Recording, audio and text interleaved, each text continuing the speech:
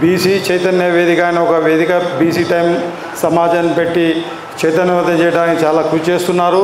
మరియు ముఖ్య అతిథిగా వచ్చిన మన ఉద్యమ నాయకుడు ఉపేంద్ర అన్న, బీసీ కమిషన్ మెంబర్, మాజీ మెంబరు, ఢిల్లీలో గడీలు వలగొట్టిన ఉద్యమంలో యాక్టివ్గా ఉద్యమం చేసినారు అన్న సుపరిచితుడు.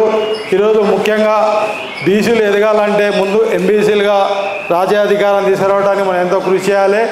రాజ్యాధికారం ఎంబీసీలు వచ్చినప్పుడే కులస్తులు కానీ అన్ని కులాలలో కూడా బాగుపడాలని తెలియజేస్తున్నా. ముఖ్యంగా ఈరోజు సూర్యారావు ఒక నినాదం తీసుకున్నాడు, బీసీలు కూడా ఎమ్మెల్యేలు కావాలి. మాదో మీ కొత్తగూడెంలో మేరోళ్ళు ఎక్కువ ఉంటారు, మీకు మేర సంఘం తరఫున ఆ టికెట్ కేటాయిస్తున్నా. అటనే అన్ని కులాలకు సీటు, ఎందుకంటే అందరికీ అన్ని సీట్లు రావు. దయచేసి చెప్తున్నా, ఒక్కొక్క కులానికి ఒక జిల్లాగా ప్రకటించి అన్న చాలా చైతన్యవంతం చేయడానికి ట్రై చేస్తున్నారు. ముఖ్యంగా బీసీలు ఎదగాలంటే కూడా చైతన్య వేదికల దారినే ఎదగాలి. ఇప్పుడు ఇలా బీసీలు ఎక్కువ ఉపయోగపడేది ఎవరంటే బిగ్ బీసీలు, 10 కులాలు. ఆ 10 కులాలు తెలుసు, యాదవులు, ముదిరాజులు, గౌడ్సీలు. ఈ బిగ్ బీసీలు వాళ్ళు ఆర్థికంగా ఎదిగి రాజకీయం కూడా ఎదగలిగారు. కాబట్టి ఆ బీసీలను పక్కపెట్టి ఎంబీసీలను కూడా రాజకీయం ఎదగాలని చెప్పి నేను సమావేశంగా చెప్తున్నా. ముఖ్యంగా మేము బీఆర్ఎస్ బృందం తరఫు నుండి చెన్నై పోయాము. గతంలో చెన్నైలో ఒక పరిశీలన ఎదిగా పోయినాము.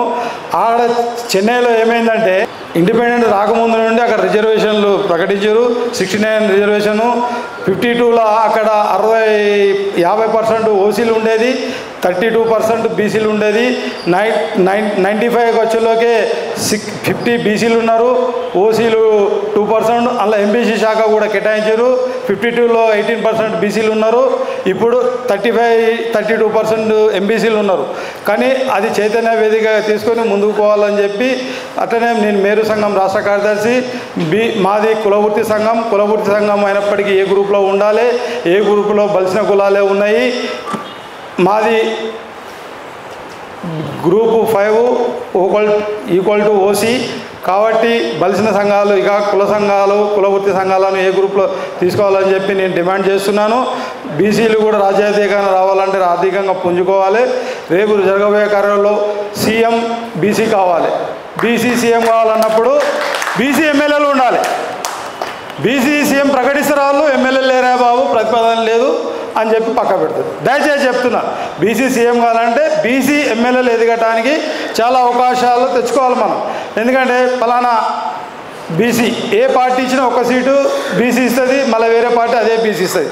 అట్లా కాకుండా మన బీసీలు కూడా ఐకమత్యంతో ఉండి ఫలానా కాడ ఫలానా సంఘం చేస్తుంది, ఫలానా ఇంకో కాడ మనం చేద్దాం అని ఒక నినాదంతో ముందుకు పోవాలి. ఎందుకంటే బీసీలకు ఓట్లేస్తాం, మరి బీసీలకు ఓట్లేద్దామంటే అందరు బీసీలు పోటీ చేయాలి కదా. మనం ఎవరికి వేస్తాం? బీసీలు ఓట్లు వేసుకోవాలి. మరి బీసీలకు ఇచ్చిన 10 సీట్లలో బీసీలకు వేయాలి, మిగతా సీట్లలో ఏంటి? కాబట్టి అన్ని రాజకీయ పార్టీ నాయకులు వచ్చి బీసీలను వచ్చి బతిలాడాలి, ఈసారి మా అవునికి అయ్యి నెక్స్ట్ బీసీ సంఘానికి టీటీస్తాము అని నిదానం ముందు పోవాలి.